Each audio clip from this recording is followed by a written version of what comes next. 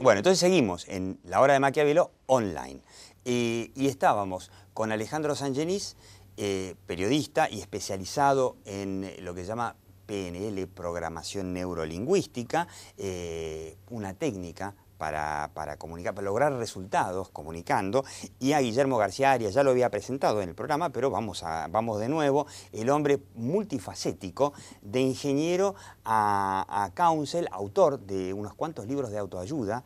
Tirame algunos títulos. Botiquín espiritual, lifting espiritual, hacer el amor con la vida y la salida interior. La salida interior es el último. Y bueno, hay que decirlo, creo que lo omití en el programa, pero es muy importante, dirige una consultora de counseling que se llama Olos. Exactamente. Y ahora, además periodista, yo le recomiendo que lo siga, en Radio El Mundo. Su programa no tiene nada que ver con el counseling, es un programa sobre actualidad política y económica. En contacto. En contacto, a la 1 del mediodía, de lunes a viernes, pero cita obligada.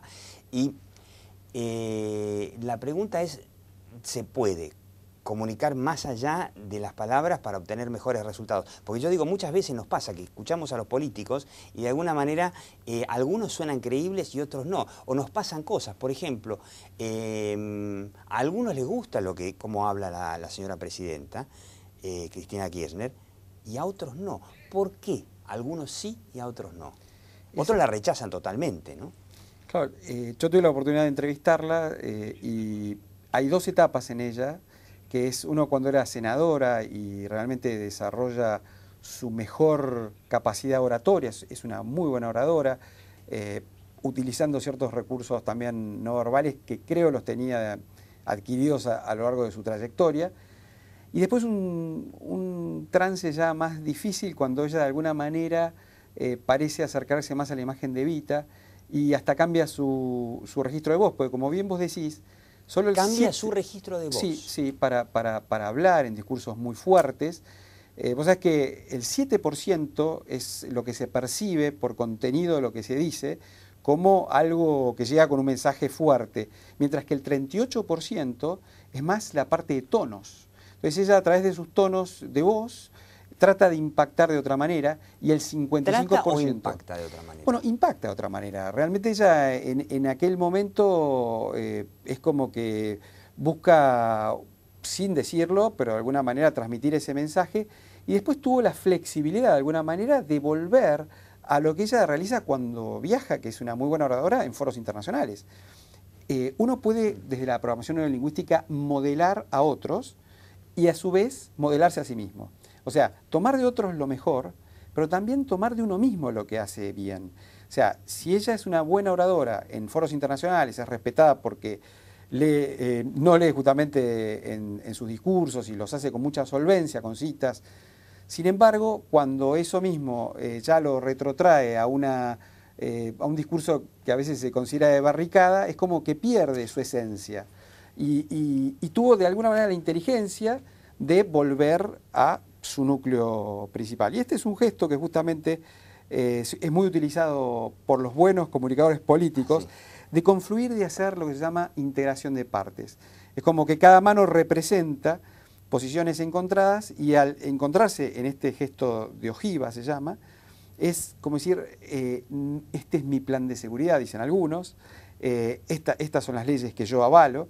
Entonces todos podemos retrotraer a esas imágenes de campaña. Ahora es muy interesante, ¿no? La idea no es analizarla a Cristina Fernández de Kirchner, es la presidenta, digamos, como que es lo que tenemos para analizar más cerca, porque además habla mucho Cristina, ¿no? No dije nada en contra de que es bueno o malo, pero habla mucho, habla todos los días, muy frecuentemente en cadenas nacionales, en donde la gente no puede otra cosa que escucharla o verla a Cristina.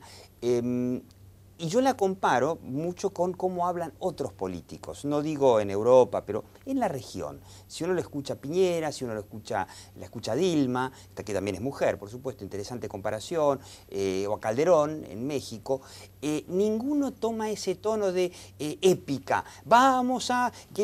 Recuerda mucho exactamente a Evita Perón. Y sin embargo, bueno, hay un 54% de los argentinos que la votaron, o sea que evidentemente puede ser que haya una comunicación que funcione en algunos lugares, en algunas culturas y otras que no.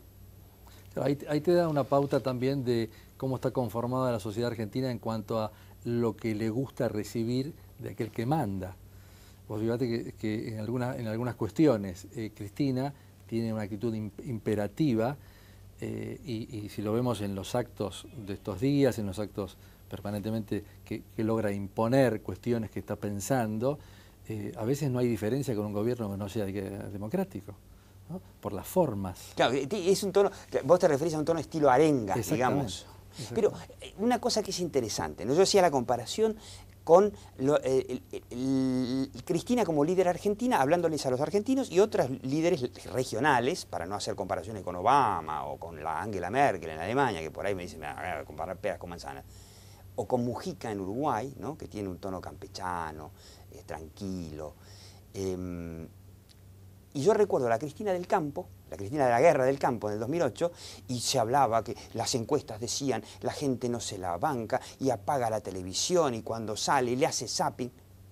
Y hoy habla por todos lados y la gente está maravillada. Puede ser que la gente también cambie su escucha, digamos. Bueno, hoy está considerado que justamente eso es una clave.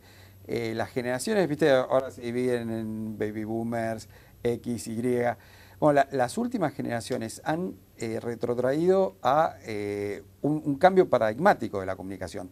Antes, el 55% de nuestra población era auditiva. O sea, justamente... Escuchaba radio. Escuchaba radio, un excelente programa como el de Guillermo, que tiene tanto éxito con tanta escucha porque justamente se da la meditación, la idea consensuada. En cambio hoy se está viviendo también una invasión absoluta de, como lo vemos en las publicidades de plasmas o de todos los productos electrónicos, lo visual. Hoy el 55% de la gente es visual, y él ya pasa de un auditivo a un 25%. Entonces, damos la kinestesia es el resto, ¿no? Entonces, aquella persona que sabe interpretar eso tiene un impacto muy, muy fuerte desde lo visual, justamente. Entonces, o sea, como que hubo un cambio generacional en los últimos 2 años y que de repente vino digamos, gente joven, o sea que a la gente joven de repente le fue reconquistada con el estilo Evita, que en definitiva es un estilo años, digamos, aplicado en Argentina en los años 40, pero que ya venía de una Europa anterior, ¿no? Claro, justamente. De alguna manera, una de las claves de la comunicación es conectarse con la necesidad del otro. Ahí está, ¿no? Y creo que tal vez uno de los grandes éxitos de Cristina Fernández sea ese, poder captar y alinearse con la necesidad. Y fue adaptando su discurso y su formato a la necesidad. Está visto en los números. O sea, ella está muy alineada, contundente. Está hablando en función de lo que necesitan escuchar. Hoy los expertos en comunicación dicen que es el siglo de la empatía, que hoy lo importante es la empatía. Acá lo tenemos a Kofi Annan. A San Genís con Kofi Annan. Ese es el exacto momento en que estaban bombardeando Libia y él tenía que tomar alguna decisión porque Estados Unidos había decidido hacer una retaliation, habían mandado ya los aviones de la séptima flota a bombardear y él estaba atravesando uno de sus momentos más difíciles. Ahí también ves que él ya es una persona más kinestésica, es una persona más del hacer. O sea, eso inmediatamente salió de un pasillo y habló por un teléfono celular satelital para pedirle a Estados Unidos que pare ese bombardeo. Ahí vemos a Alberto de Mónaco, que es bien estilo europeo, los brazos caídos al lado de su cuerpo, totalmente distinto a Kofi Annan o a Clinton, que lo mostramos, y esta es la mujer de Bush en la cumbre de las Américas, cuando uno ve su brazo, que es un brazo totalmente rígido, con el dedo apuntando hacia la persona. Como buena republicana, ella de alguna manera marca su territorialidad, bien tejana. ¿Ese dedo apuntando a la persona significa algo? Significa, sí, pues es que de alguna manera ella está señalando a la persona, o sea, conforma de alguna manera su poder territorial. Porque algunos dicen, eso es un saludo masónico. Exactamente, esa es la otra concepción que hay. Hay muchos que consideran los saludos masones, por ejemplo, poner la mano sobre el corazón de esta manera. uno lo ve a Gaddafi en una de sus últimas fotos antes de perder el poder, como pidiendo clemencia ante sus supuestos hermanos masones. También hay muchos presidentes que hacen ese saludo o se tocan el corazón ante la bandera. El propio Néstor Kirchner lo hacía muy seguido, ¿no? Y Cristina también. Y Cristina también, bueno, y acá lo tenemos al famoso de Narváez, sí, al famoso Francisco esa foto Colorado de Narváez. Es en la UIA, ahí en el Sheraton del Golf de Pilar, y él en ese momento está un poquito tenso, se lo ve en la boca, y su mano ya también en el bolsillo, una posición así un poquito de reserva, porque ya medio sabiendo que iba a perder.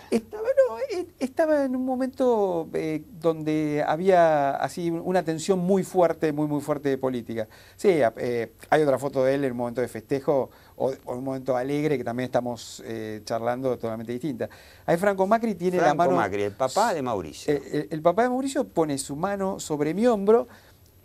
Es un gesto típico también territorialista, dominante, alfa, de aquella persona que siente poder sobre el otro, ¿no? O sea, en ese momento Franco Macri te está diciendo, vos sos mío. Que claro, exactamente.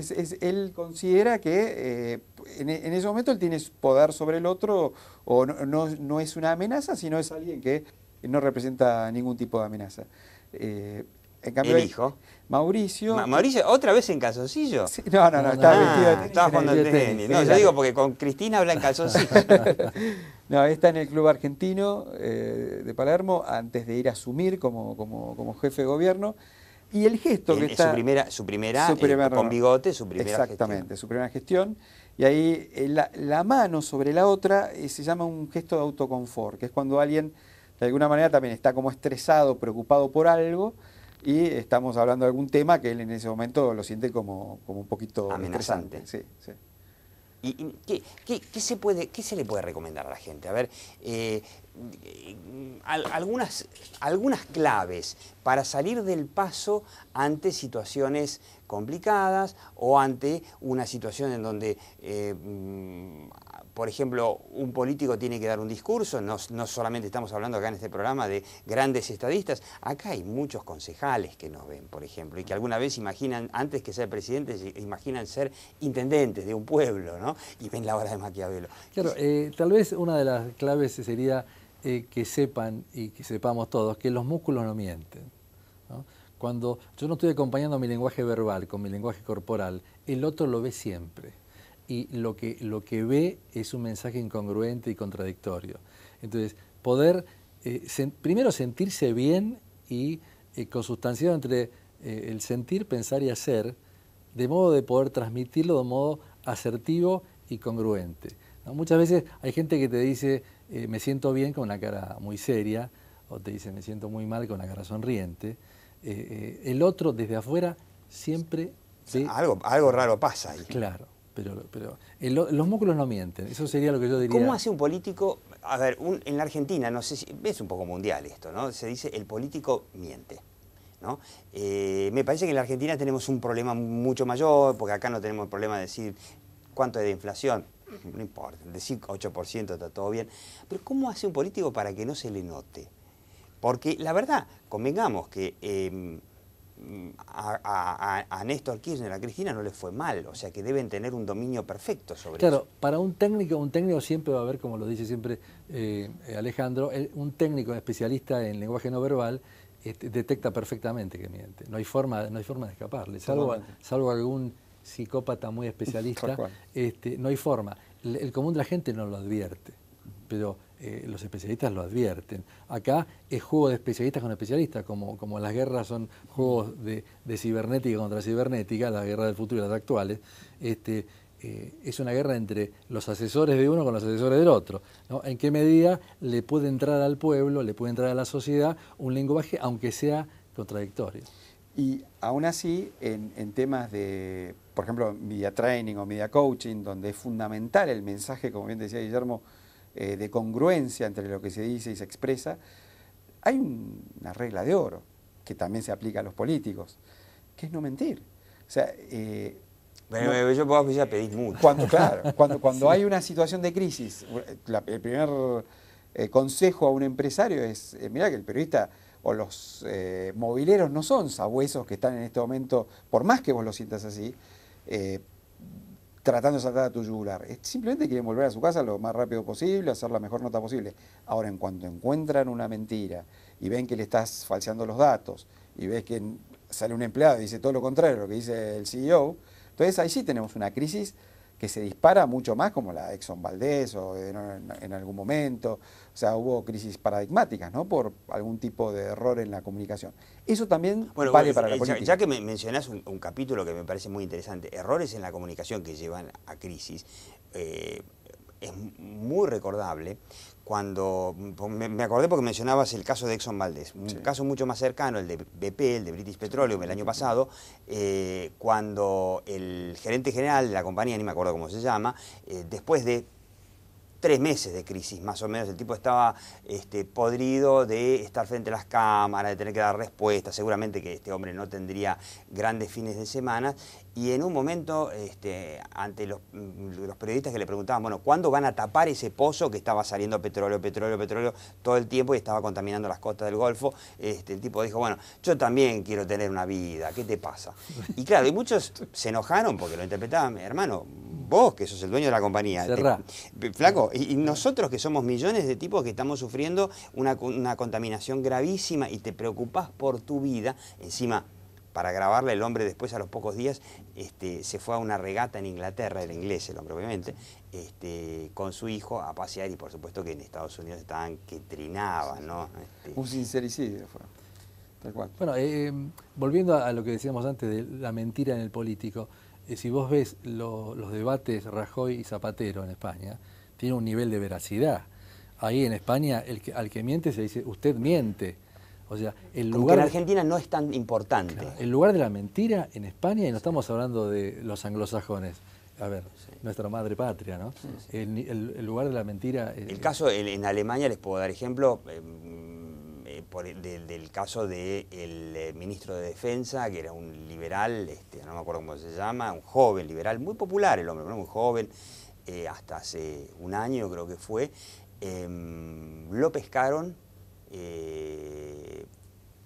haciendo copy-paste en su doctorado. Y tuvo que renunciar. No se acepta eso. Tal cual, tal cual. Y cuando vos decís qué consejos o cómo se puede llegar a hacer una buena comunicación hoy que se considera que la empatía es lo fundamental, en esta paradoja de las redes sociales, ¿no? Que justamente hoy se habló en tu programa también de cómo todavía queda el recurso de la red social como paradigma de la libertad de expresión, como se ve en la Primavera Árabe y en varios otros lugares.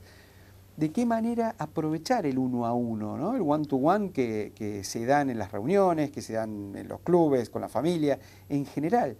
¿Cómo consolidar eso? Bueno, logrando esa empatía que se da a través del bonding, a través de técnicas de vinculación, que básicamente son muy simples. Eso quiero saber, yo quiero aprender eso. Adelante. Por ejemplo, la técnica de eco y de espejo. La técnica de eco y espejo es buscar, desde la palabra, decir el predicado de lo que dijo el otro, o sea, repetir, hacer como un eco de lo que dijo el otro. Se considera que todo aquello que es amigable al cerebro del otro lo incorpora de una manera directa. Por eso, hoy cuando se habló del tema de políticos, es cierto, la percepción muy especial, como el caso de Clinton, en el caso Lewinsky, cuando él señala con un dedo para el lado, yo no tuve sexo con esa pasante, lo dice mirando por un lado y apuntando para el otro, lo liquidaron ante el gran jurado, ante Stark, Paul Stark y todos quienes lo perseguían, porque le leyeron el lenguaje no verbal. Pero eso, como dice Guillermo, son sutilezas que lo pudieron ver los expertos. La gente igual percibe de alguna manera eso, el famoso, me hace ruido, no sé por qué, pero me cae mal. Cierra, no me cierra. El famoso no me cierra. Claro, no cierra. Las palabras no cierran con el lenguaje corporal. Exactamente. Entonces, acompasar al otro, lograr eso. Acompasar al otro en su ritmo al hablar. Uno tiene que percibir si el otro es más visual, que son los que hablan más rápido. Los visuales hablan más rápido. Más rápido, son aquellos que toman posición, que buscan el centro de la escena, que avanzan como hace Clinton o Obama, así que son muy, muy directos.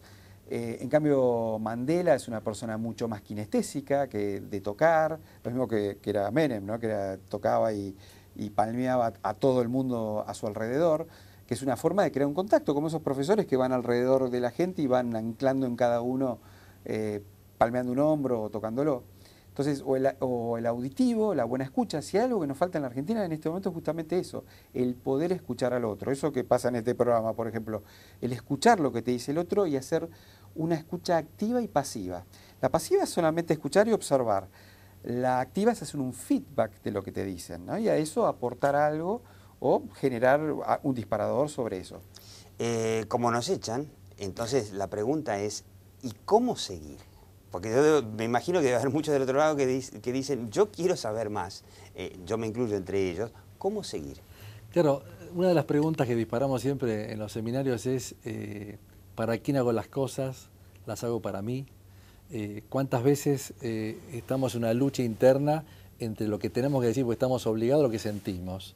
¿Qué es lo que quiero para mí hoy? ¿No? ¿Cuántos políticos o hombres de negocios no se preguntan esto? ¿Qué es lo que quiero para mí hoy? Cuando yo voy alineando lo que realmente quiero con lo que realmente hago y con lo que siento, es mucho menos necesario que alguien venga de afuera a decirme que yo ponga en línea mi mensaje no verbal y el mensaje verbal, digamos. ¿Qué quiero para mí hoy?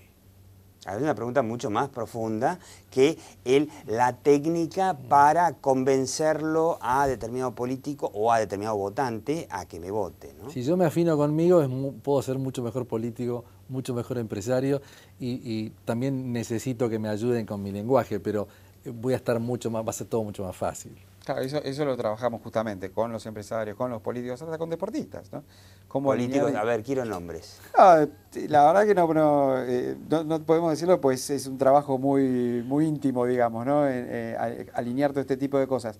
Y sobre todo, como bien vos decís, hay una diferencia de aguas entre los argentinos, que en general tienen algunas grandes capacidades de mucha fe en sí mismos, pero muchas veces también su error o su talón de Aquiles, ¿no? El no abrirse a ser flexibles, como lo fue Obama ante Hillary, que aparentemente tenía perdida su elección ya de antemano, y sin embargo, con esa flexibilidad que hoy está considerada también una de las grandes virtudes de adaptar, sobre todo su lenguaje no verbal.